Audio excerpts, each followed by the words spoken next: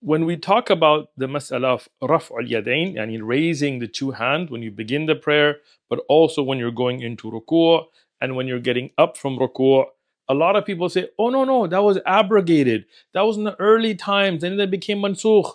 Well, where's the evidence for that?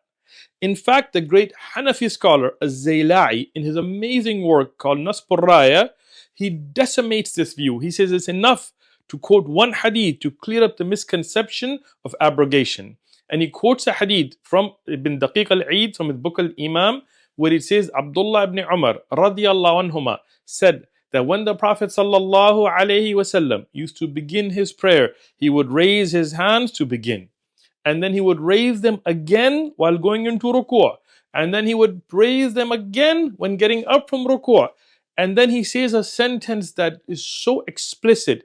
He says, فَمَا زَالَتْ تِلْكَ صَلَاتُهُ حَتَّى لَقِيَ اللَّهِ.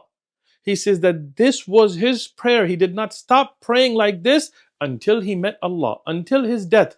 The Prophet sallallahu alaihi wasallam prayed like this. Now this hadith, Ibn Hajar has mentioned in Talkhis, Al-Bayhaqi has mentioned it in his Sunan. Imam al-Shawkani in his Nail al-Awthar authenticates it. This is thabit, this is authentically established according to Imam al-Shawkani. So how can you say it's abrogated when the great Imam al-Bukhari, that no doubt from the greatest scholars of hadith who put together the most authentic book of hadith, that same Imam Bukhari wrote an entire book establishing this practice. And what does he say in it? He says it is narrated from Hasan al-Basri and from Humayd ibn Hilal that the Sahaba of the Prophet sallallahu alaihi wasallam, all of them used to do this practice. And Imam Bukhari says that they did not leave out any single Sahabi, meaning all of them. All of the Sahaba used to practice this. And then that same Imam Bukhari, and I'm putting the quote on the screen, and you can go check out the book yourself. He says it is not established that a single Sahabi left this practice.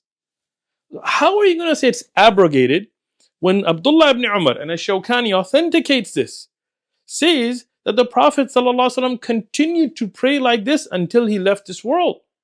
And how are you going to say it's abrogated when every Sahabi continued to practice this and not a single one of them left it from what is authentic from the Prophet ﷺ? Not my words, read the words of Imam Bukhari.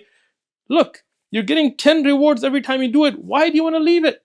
10 rewards when you begin the salah, 10 rewards when you're going into ruku', 10 rewards when you're getting up from ruku'. Enjoy the reward. The Prophet ﷺ did it. It's not abrogated. He continued, and the Sahaba after him continued.